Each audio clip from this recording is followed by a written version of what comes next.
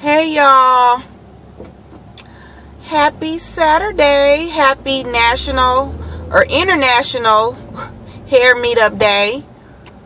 I am en route to the DMV meetup, so I thought I'd do a little vlogging of my day since I did not do any video for the Atlanta hair show. I don't know. I just didn't take any pictures like I normally would down there or videos. So I really didn't have anything for a video for that. So I will try to do a little vlogging and picture taking today. I am on the way. It is a little after 2 and it started at 11. I wanted to try to be there by 1:30. In a quarter mile, make a left turn. But that's not happening. I'm a little behind schedule, but that's okay.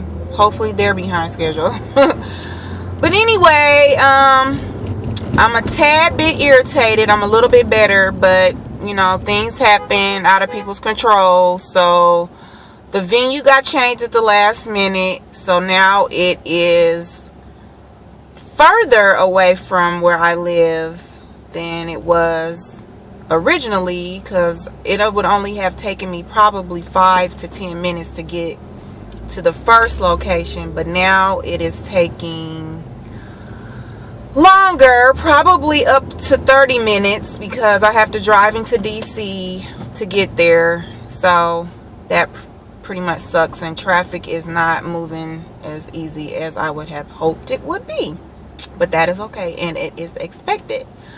So anyway, hopefully I am there. It says 9 more miles. So I don't know. Hopefully I'm there within the next 15 minutes and it'll be almost 2:30. Not quite 2:30 yet. But we will see. And I will be back probably with pictures. There was a schedule posted. And I do remember wanting to be there by 1:30 for something. And I can't remember what it was. But I think the vlogger panel might start at like 3 or 3:30 with some of the YouTube people that were invited to come to the show. So hopefully I'll make it to that little bit. And again, I'll try to take a few pictures and do a little video. So I will see you guys later on. And happy International Hair Meetup Day to you, wherever you are celebrating this glorious day. Talk to you guys later. Hey y'all, I am back with my recap of the International National Hair Meetup Day here in the DMV. I'm just leaving. It's about 5:45, so I was there probably 3 hours. I think I got there around 2:30. Yeah, and it's like 5:45. So I actually enjoyed myself, you guys. They had different discussions going on and I basically stayed in the meetup room the whole time and watched, you know, the presenters and things. There was a lady, I think I came in the middle of her thing, but I think she has a company that helps small businesses and people that make handmade. Actually, she stressed the fact that her company only helps people with handmade businesses. So yeah, I think that's neat. I'm gonna have to look her up and get some more information about what she does, because I'm interested in the things that she was talking about. But she was giving a talk. Then after that, these two sisters that wrote this book, Whose Shoes Are You In? I believe I may be saying that wrong, but they just wrote a book. They just released the book, I think this week actually. They were there talking about their book and, you know, a little bit about themselves. That was very interesting. I'm going to look into, it's like a 12-step. It's Whose Shoes Are You In? 12 Steps to Finding the Woman That You Want to Be, or something to that effect. But I'll find the links for all this stuff and put it in the description box. I took various video footage. I snapped a couple pictures, not a whole lot of pictures, more of his video footage, so I hope the video isn't too long with that. the bloggers that were there, Julesy was there, Shari J, I guess she said how she pronounced her name. I thought it was always Shar J, but it's Shari J. Trendy Socialite was there on the panel. I have video footage of them. Pam, you know, everybody knows Pam Jenkins owns Coils by Nature. She was there. That's my girl. She's such a sweetie. She keeps it 100 at all times, which I love about her. But she was very apologetic about the venue change and what happened. And, you know, I'm a big supporter of her. So, you know, it wasn't that big of a deal. I mean, it was a little irritating because I didn't want to get out in this traffic. But, you know, no problem.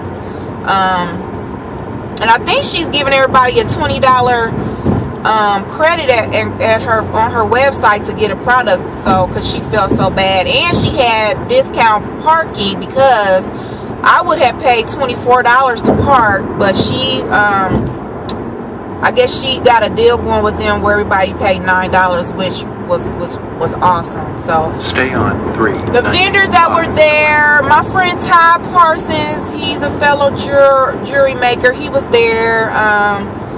Bo Beam was there. It was some other ones, you guys. Honestly, I did not even go look at any of their tables. I just saw from afar. I mean, I could say a hi to Todd and you know, talk to him for a minute. But other than that, I didn't really, because I didn't need to buy anything. First of all, just coming back from a natural hair show, I didn't need to buy anything, so I didn't even really look. It was a couple other little natural hair companies there. I saw some jewelry, I saw some clothes. It seemed like it's about maybe 10 vendors there. Stay on 3. Not too many. North. But then they did the panel, which was interesting. I have footage. It was different questions.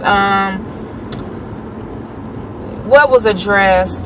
Different things were addressed. It was a lot of talk about knowing your health as far as hair growth, if you're vitamin deficiency and that type of thing. And then there was a guy, and I left because I had to go, but he was going to be talking about holistic stuff, and I couldn't stay for him. I had to go.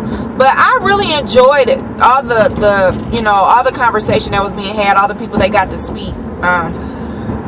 Excuse me, you guys. Woo! Excuse me, but I really enjoyed it. It was really nice. This is the first time that I've been. Is this the 3rd year they've had it? Because it's always around my anniversary time, my wedding anniversary. Happy anniversary, sweetie, if you watch this video. But actually, it's tomorrow, or actually, but it's always, we usually spend, you know, that weekend doing stuff. So in 1 mile, I didn't want to be gone too long because we were planning on going out later. So, but that's my quick recap. I really loved the show this year. Hopefully I'll go next year. I'll probably try to go next year, you know, just for a few hours to get out. But I don't know, I kind of want to be a part of it, maybe volunteer, do something. I don't know, maybe I'll reach out to Pam next year if she's I think she's pretty much the sponsor for everything, or the other lady, I think Trendy Socialite, she's the one that actually started, I think. But because a couple of my friends were there, you know, helping with the tickets and stuff, and usually I do that, but I just, you know, for whatever reason, I never thought about doing it. But that is it, you guys. I have the footage from the show. Again, this video is probably gonna be extra long.